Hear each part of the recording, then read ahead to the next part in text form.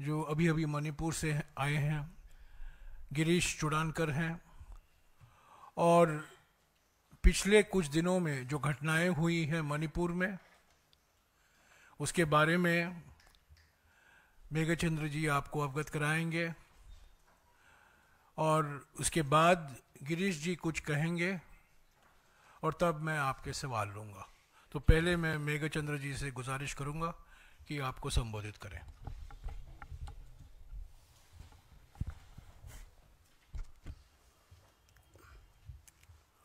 Good afternoon, everybody.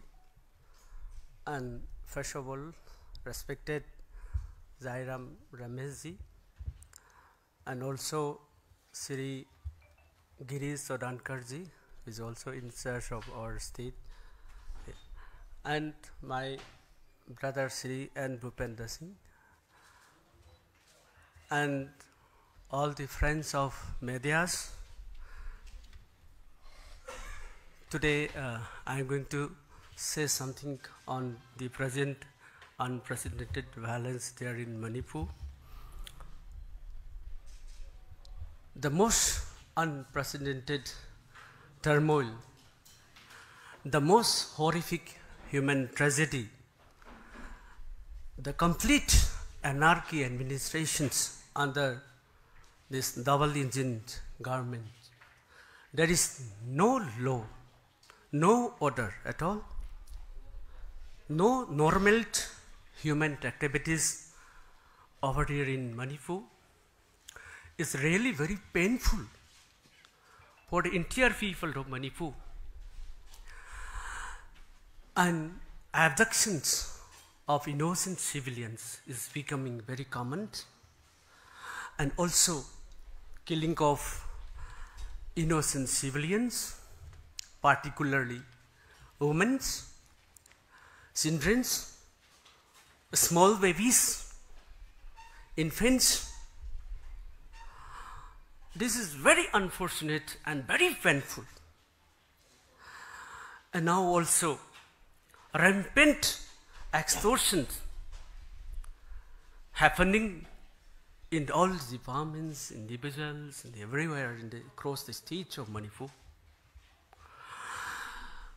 We can recall the statement of Sri Narendra Modi ji, Honorable Prime Minister, who have delivered in Manipur in 2017. That is on 25 February 2017. Sri Modi ji stated in the election campaign in Manipur. What he said is that those who cannot ensure peace in the state of Manipur have no right to govern Manipur. He stated in 2017. So now, I just want to ask to the Honorable Prime Minister, are these double-engine government in Manipur maintaining or ensuring the law and order, protecting the life and the properties of the people of Manipur? I just want to recall this statement of the Prime Minister Sri Modi ji. And now, Manipur is also a state in the Union of India. Without Manipur state, India cannot be a Union of India. And why Honorable Prime Minister neglecting the state of Manipur, which is in the Union of India? So Manipur is becoming forgotten state of Modi's regime, by this Modi's regime.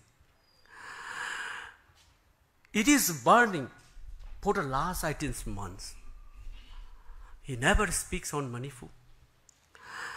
So in these connections, the total failure of the law and order, this turmoil situation in the state, Honorable Prime Minister should say the present Chief Ministers of Manipur is no right to continue, as is also stated in 2017 too. So the present Chief Minister has no right to continue the administration there in the state.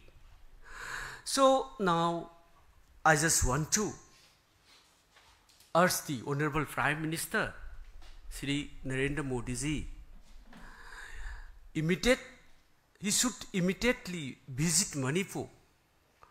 And if he has no time to visit Manipur, please give me the appointment. The leaders of Manipur, including the MLAs, ministers of the BJP, including the Congress MLAs and the political leaders. So if he is given the appointment, we can come to Delhi and meet Honorable Prime Ministers if it doesn't have the time to come to Manipur. And also, all sections of the people, not only this community who are conflicting there, all the sections of the people are suffering. And also, in the some months back, I personally visited to the PMO office and submitted a written invitations from my side as being the president of the Manipur Pradesh Congress Committee. I invited directly through the PMO office, but no reply at all. And also, the dignities of life of the civilians and politicians, political leaders, irrespective of all political leaders there, including the Congress, BJP is, every political party is no more there. So, it is in fact, the violations of the provisions that we have in the Indian constitutions. Yeah, all these leaders of our state, Congress leaders, BJP leaders, everything under these double engines are under threat. We cannot say whatever we want to say in these democracies. We cannot express whatever we feel for the protection of life and properties of the people. So it's a very serious situation over here in Manipur. Yes, for expressing something through these national medias. Yes, honorable chief ministers may attack me or even kill me, but he cannot kill the entire people of Manipur. This is what, from the corner of my heart, I am expressing. This situation is there. We are not sat there. See, the recent incidents in different places of Manipur, including the Jirebam incidents, women are not safe, daughters are not safe, sisters are not safe, babies are not safe. What to say? This in such a situation, really, this time, the frustrated people, angry mob, attacking to the politicians, to the leaders of different politicians, political parties, MLAs, ministers, including our Congress MLA Sri T.S. Lokeshwar Singh's residence. No, they are attacking like anything. Destructions had happened here. So it's because of these anarchy administrations by this double engine government there in the state. So it is very much, yes, it is very much serious in this matter. So these gross violations of human rights is happening over there. And lastly, I demand Prime Minister should visit Manipur. And also, Honorable Chief Minister Manipur should lead all the delegates of political parties, including opposition and ruling, and should take the appointment for meeting with the Prime Ministers of India. And appeal urgent need of restoration of peace and harmony there in Manipur. Thank you.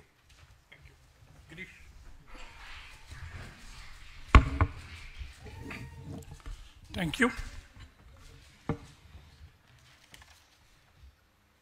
The violence and unrest in Manipur are the tragic byproducts of the Modi-Biren double-engine Sarkar for last 18 months.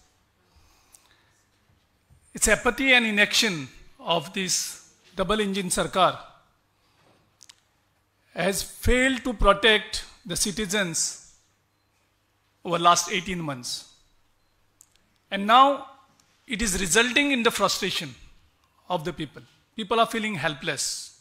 The state has become headless.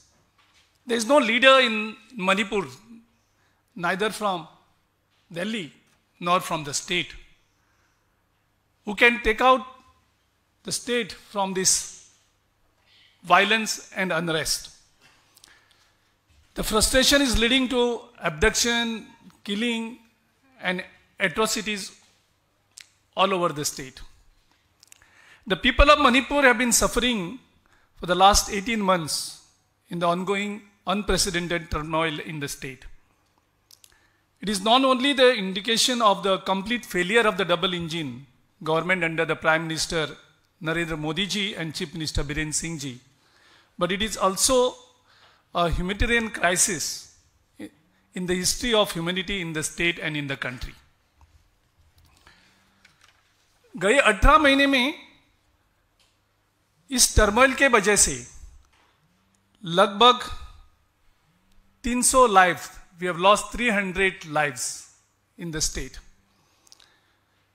Around 60,000 people are displaced. They have to leave their home. And around 50,000 people are still living in the relief camp in very unhygienic condition, which Rahul ji had visited last time. There has been the destruction of various religious sites. Villages were razed, homes were burnt,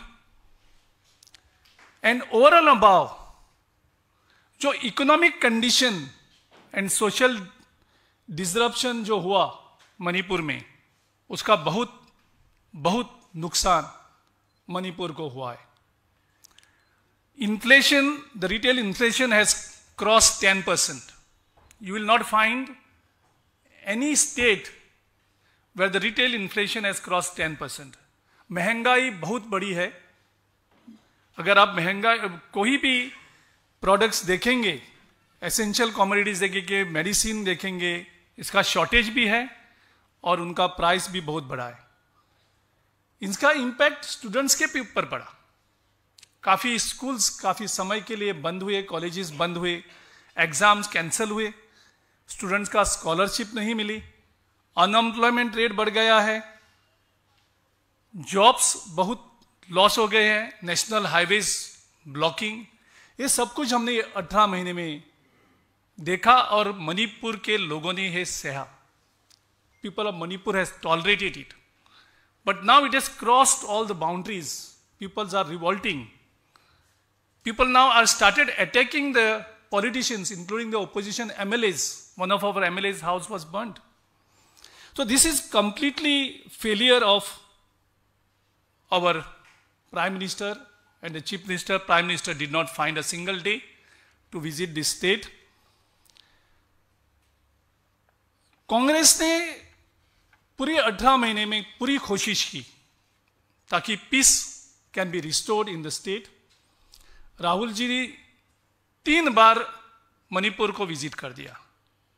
जब ये संघर्ष violence start में हुआ, he has entered the state during that time, और उसके बाद भी राहुल जी 2 बार visit किया। हमारे राष्ट्रीय अध्यक्ष मल्लिकार्जुन खड़गे जी ने भी मणिपुर में विजिट किया। हम तो काफ़ी जाते हैं, हमारी पूरी लीडरशिप ने ये इशू को उठाया। आपके माध्यम से, सोशल मीडिया के माध्यम से हमारी पूरी लीडरशिप ने उस इशू को उठाया ताकि हम कुछ कंट्रीब्यूट करें और थोड़ा पीस उधर ला सके। So whatever is possible from our side, we have done it during last 18 months. Now it is the time that Prime Minister Modi ji has to respond very quickly. इधर violence और ये इतना बढ़ गया है। Our party president, Mr. Meghachandra, who is himself is a MLA, innocent civilians को target करे, families को टारगेट करे, under the guidance of Honorable Chief Minister of Manipur. Our PCC president was physically assaulted, beaten up. He was kicked in presence of the Speaker of the Legislative Assembly. Can you imagine? An elected representative who is heading our party unit in Manipur. Various houses of various politicians were continuously attacked due to the frustration and manifestation of the inability of the double engine government. So we want and we appeal for the peace and harmony among the communities, as our PCC president has demanded.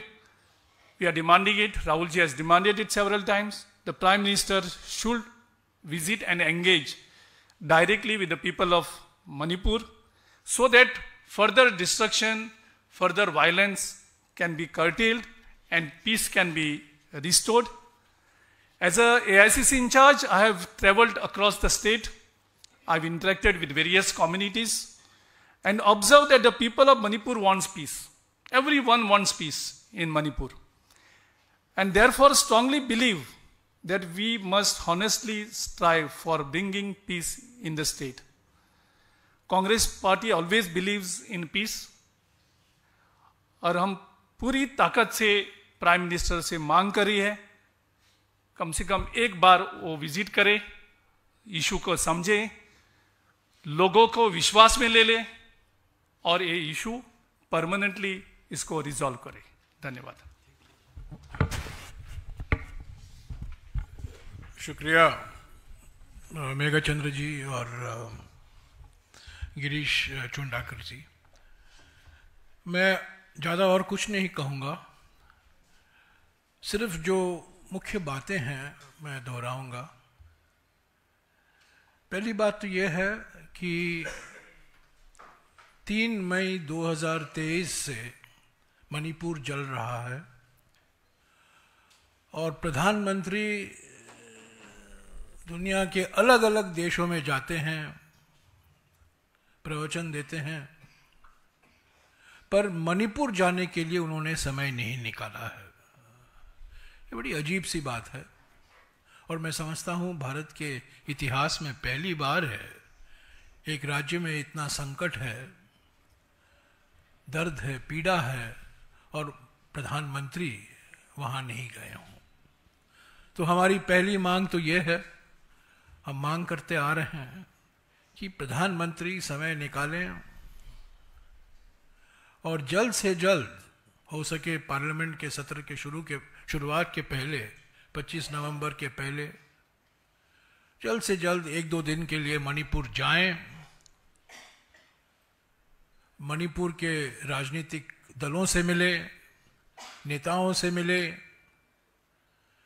सामाजिक संस्थाओं से मिले, relief camp में जाएं जहां 60,000 लोग से भी ज्यादा आज रिलीफ कैंप में है।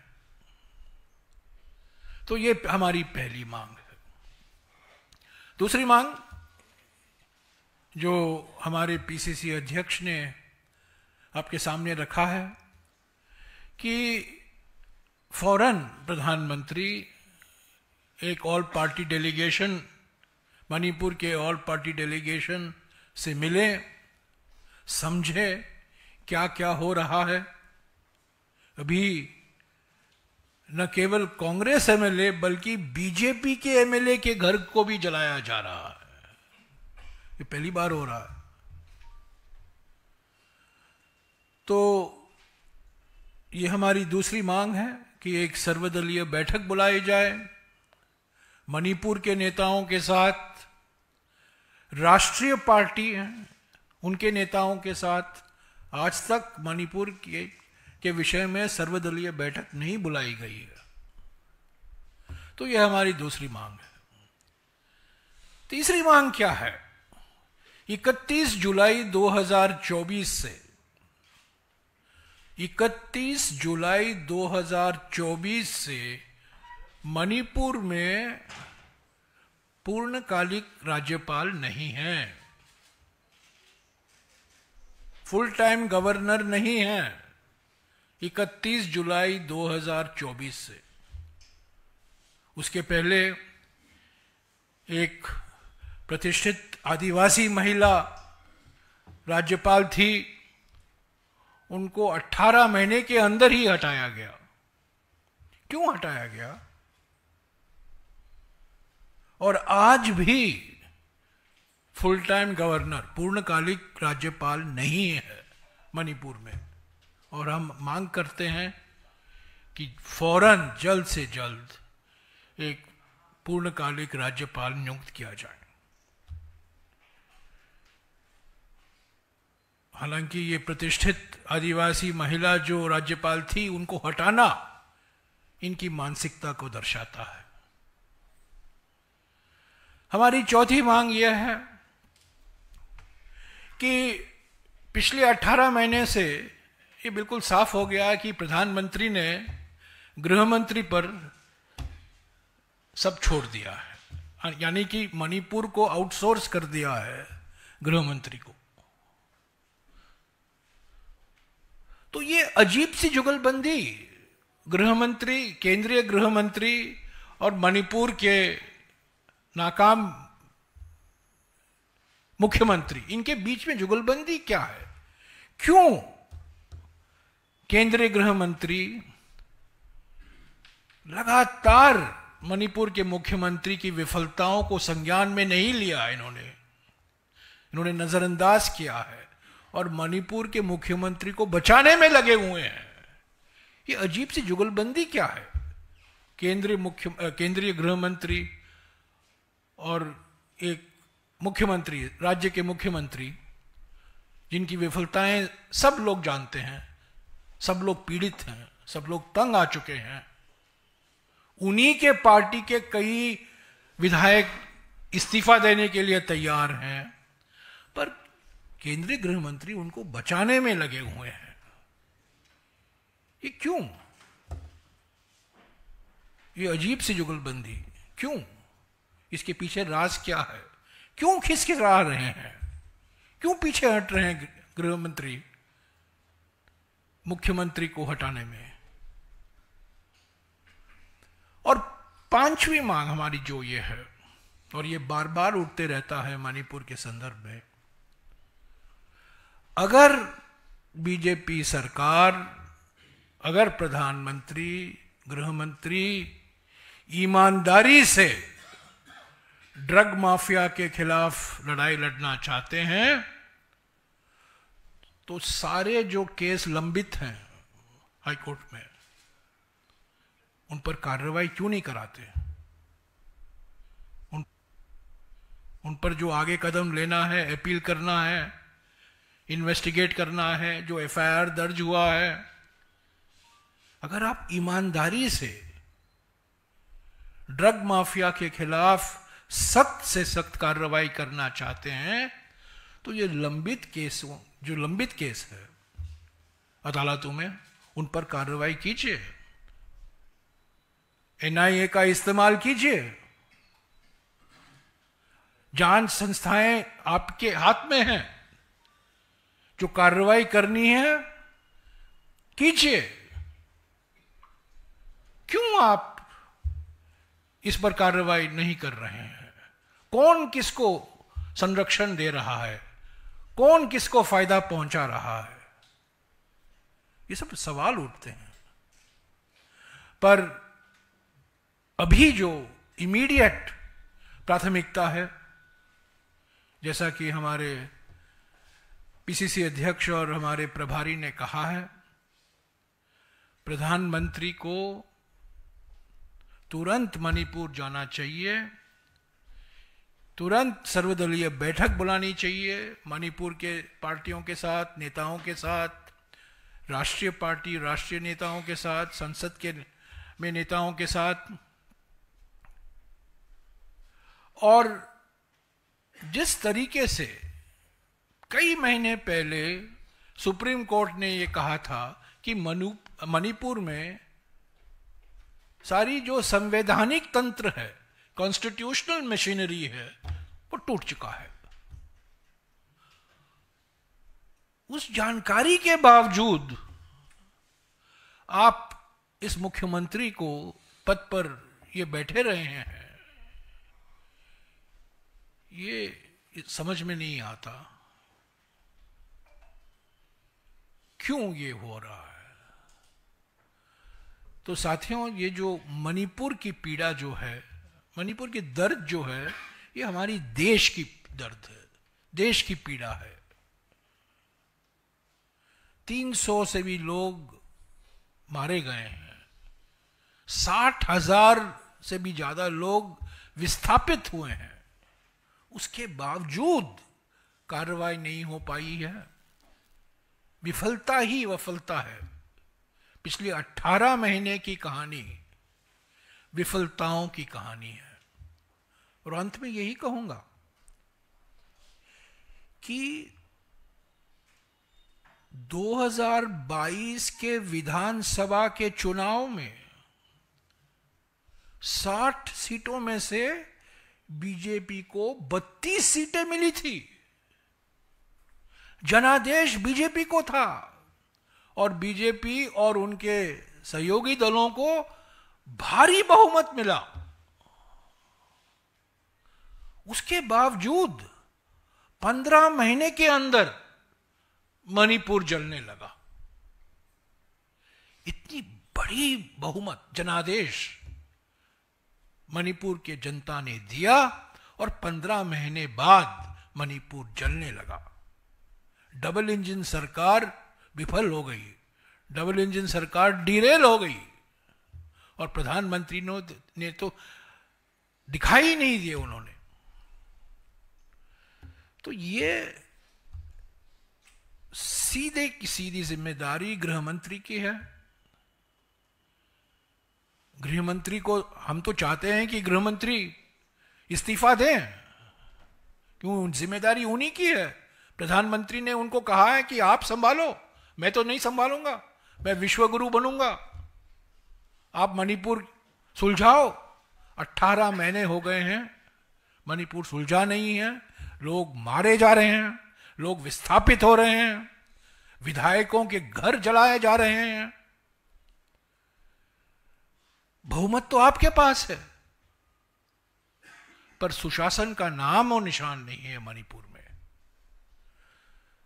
तो हम उम्मीद करते हैं कि इस गंभीरता को मद्देनजर रखते हुए कांग्रेस पार्टी ने जो मांग की है, हमारे सिर्फ 5 विधायक हैं मणिपुर में, पर हमारे अध्यक्ष ने आपको याद दिलाया कि 2017 में जब हमारी सरकार थी, 15 साल कांग्रेस ने शासन किया मणिपुर में, 15 साल लगातार, पहली बार मणिपुर में हुआ है। 2017 में कुछ जब हिंसा हुई थी, प्रधानमंत्री ने कहा अगर आप हिंसा नहीं रोक सकते हो, आप सत्ता से हटो, आप सुशासन देने में असमर्थ हो तो आप चलो यहां से। वही सवाल आज हम गृह मंत्री, प्रधानमंत्री और मणिपुर के मुख्यमंत्री से कर रहे हैं। शुक्रिया।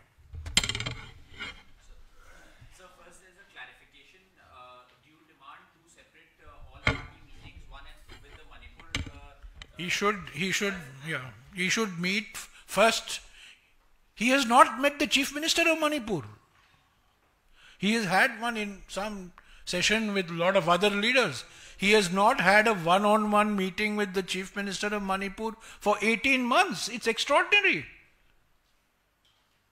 Forget, he's not even gone to Manipur. He's not even met the CM of Manipur.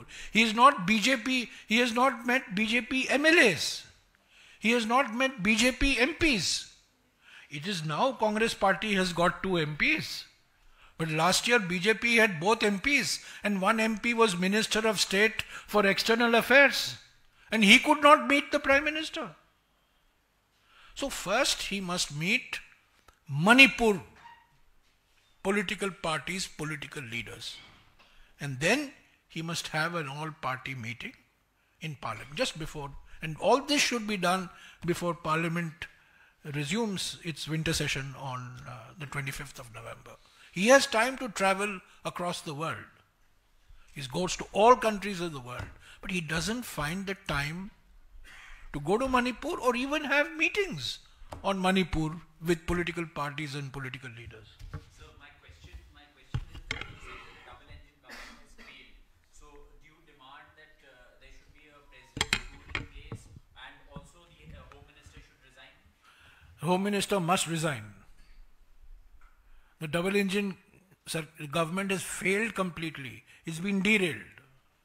And the Home Minister was directly in charge of Manipur because the Prime Minister had washed his hands off. He had subcontracted and outsourced everything to the Home Minister. And the singular achievement of the Home Minister in the last 18 months is to protect the Chief Minister. That's all he has done. He's not protected the people of Manipur. He's not protected the women of Manipur. He's not protected the children of Manipur. He's not protected the innocent families of Manipur. But he has protected the Chief Minister of Manipur. That's all he has done. And of course, we demand the Chief Minister's resignation also.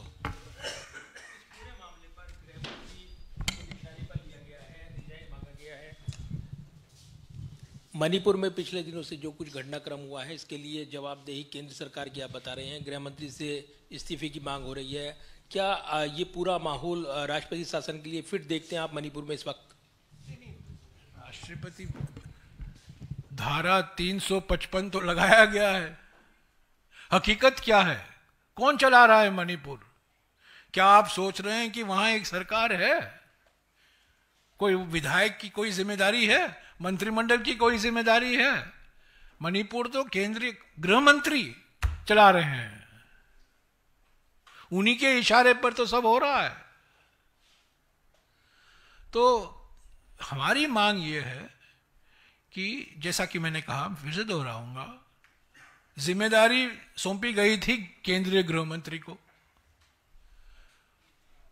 प्रधानमंत्री दुनिया भर में भ्रमण कर रहे हैं और गृह मंत्री अलग अलग राज्यों में, देश में भ्रमण कर रहे हैं, सिर्फ कांग्रेस का बदनाम कर रहे हैं, हमारा नेताओं को गाली दे रहे हैं बस।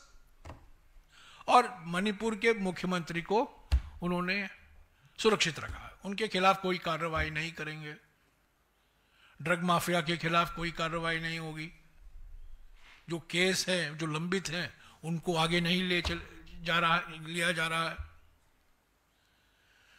तो ये राष्ट्रपति शासन लागू होगा कि नहीं वो अलग बात है, वो केंद्र सरकार निर्णय लेगी। हमारी मांग ये है कि आप ही तो चला रहे हैं मणिपुर की सरकार। मणिपुर में तो सरकार का नाम ही नहीं है, आप ही तो चला रहे हैं, तो जिम्मेदारी आपकी है। आपने भी कहा कि मणिपुर में कोई सरकार नहीं है, केंद्र सरकार ही चला रही है। वही भाजपा के विधायक ने यह बात कही है कि मुख्यमंत्री नाम के वहां कोई चीज नहीं है, मुख्यमंत्री के हाथ पैर बांधे गए हैं, सब कुछ सुरक्षा सलाहकार कुलदीप सिंह देख रहे, जैसा लगता है कि मुख्यमंत्री के हाथ पैर बांध के नदी में फेंके गए। ये बयान खुद भाजपा के एक विधायक का है। मैं उनके बयान पर कोई टिप्पणी नहीं करूंगा, पर मैं ये जरूर कहूंगा कि वहां एक मुख्यमंत्री हैं और मुख्यमंत्री एक प्रतीक बन चुके हैं। लोग नाराज हैं, खुद उन्हीं के विधायक नाराज हैं। मणिपुर के हर वर्ग समाज के हर वर्ग के लोग उनसे नाराज हैं। जब उनके दामाद का घर जलाया जा रहा है, खुद उन्हीं के दामाद का घर जलाया जा रहा है, बीजेपी के विधायकों के घर जलाए जा रहे हैं, हमारे तो विधायकों के जलाए जा रहे हैं, वो ठीक, वो समझ सकते हैं कि वो ठीक है, वो राजनीतिक विरोधी हैं, पर खुद जो बीजेपी के विधायक हैं उनके घर जलाए जा रहे हैं। और आपने देखा होगा आज एक घटक दल, उन्होंने एक बयान दिया है, नेशनल पीपल्स पार्टी ने बयान दिया है कि हम सरकार को समर्थन देंगे अगर मुख्यमंत्री को आप बदलेंगे। वो अपनी वो एनडीए का मामला है, मैं उसमें नहीं जाऊंगा, पर सब लोग मानते हैं, अगर आप मणिपुर से अवगत हैं, अभी अब मणिपुर के बारे में कुछ जानते हैं, सब लोग कहते हैं कि ये मुख्यमंत्री विफल हो गए हैं।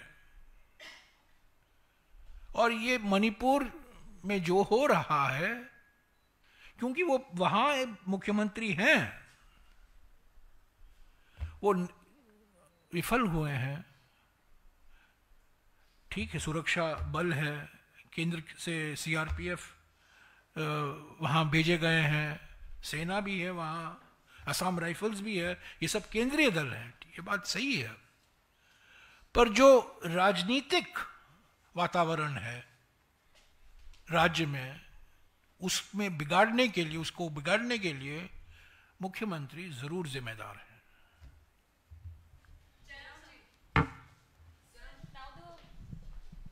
You have also mentioned about NPP. Now the voices are coming up from the NDA side as well.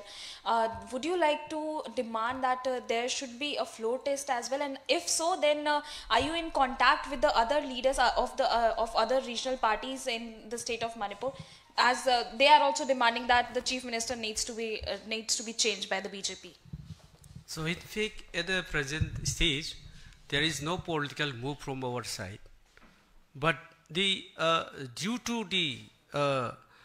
this present failure, this NPP has already withdrawn, and so regarding this, they are also demanding to sack these ministers, and also this due to this present turmoil situation, I think this move has come. So for us, our stint of the party is to bring the normalcy over there in the state only. There is no political move. Thank you. We have only 5 MLAs in a house of 60. So whether we demand a floor test or not is immaterial. We are not in touch with any political party. As our PCC president has said, our objective has been to go to the people. Our objective has been to put pressure on the central government consistently. Over the last 18 months, Mr. Rahul Gandhi has been to Manipur 3 times. Prime Minister has not been there even once. I think Home Minister has gone only once or twice. One is for the election. Yeah, one was of course for an election campaign, but after May 3rd, he has been there once. Jairam जी, इधर गृह मंत्री के मणिपुर को लेकर आप बात कर रहे हैं, लेकिन अभी कुछ देर पहले गृह मंत्री का एक ट्वीट आया है, साबरमती रिपोर्ट एक फिल्म है उसको लेकर, गोधरा पर ये फिल्म है और वो ये कह रहे हैं कि मणिपुर हाँ जी, मणिपुर इतने दिन बाद पीसी कर रहे सर एक